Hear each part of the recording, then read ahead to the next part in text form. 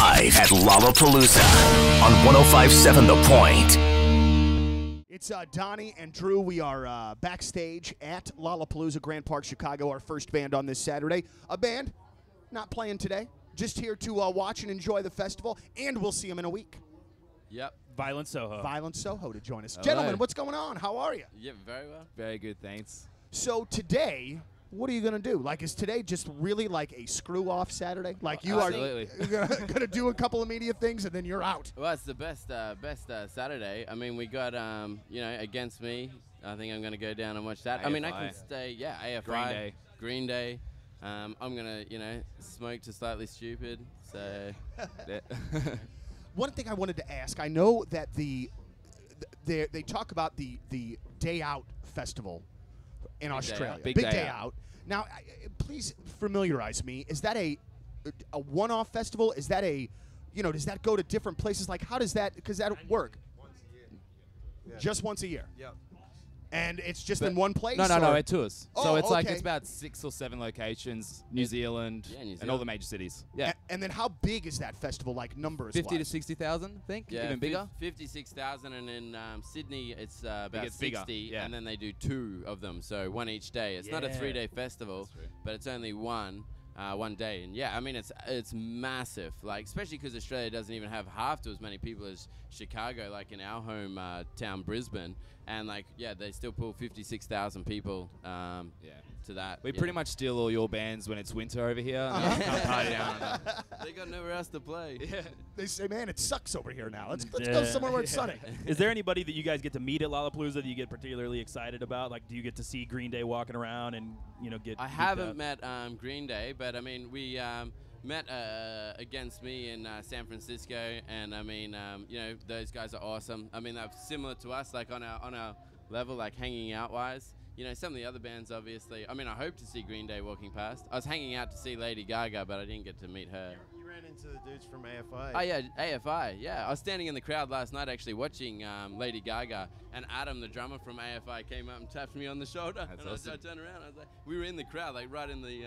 It's pretty funny. Man, that's awesome. That's awesome. You guys, I don't know if you were I don't know. Found is not the word, but I know you guys are on the imprint of Sonic Youth, Thurston Moore.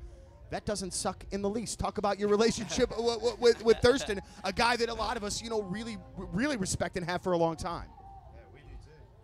Yeah, I mean, it's absolutely a dream come true for us. I mean, about 2 years ago, he walked into a Soho place called Pianos and saw us play and headbang down the front, and the next thing we were signed and moving overseas a year later and touring America. So it's absolutely been non-stop for us, and yeah, it's crazy. I think without Ecstatic Peace, we would never have done this, because we had a different mentality of a band before, Thurston got involved, whereas we were just happy doing our own thing and not bothering anyone, with our music. Like, we weren't trying to make people listen to it, but once he got involved, I mean, we were in New York for a fun holiday, and then Right. and then we were signed. and we're like, oh, that worked out well. Yeah.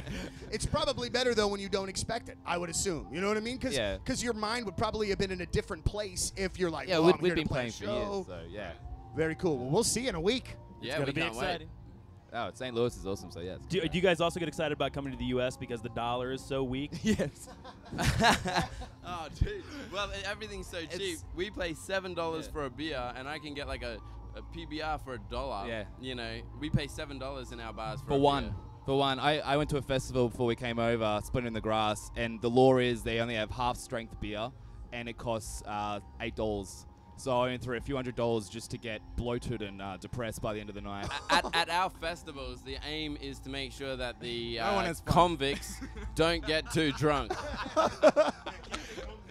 Don't let that We're only convict allowed blood come out. mid-strength. We're only allowed Yeah. mid-strength. The government, yes. Last time convict blood came out, a lot of people got hurt. Do you guys drink a lot of Fosters? Is that No. Nah, Isn't that Coopers. Australian for beer? It's the worst beer. It's Australian for beer in America. And the UK.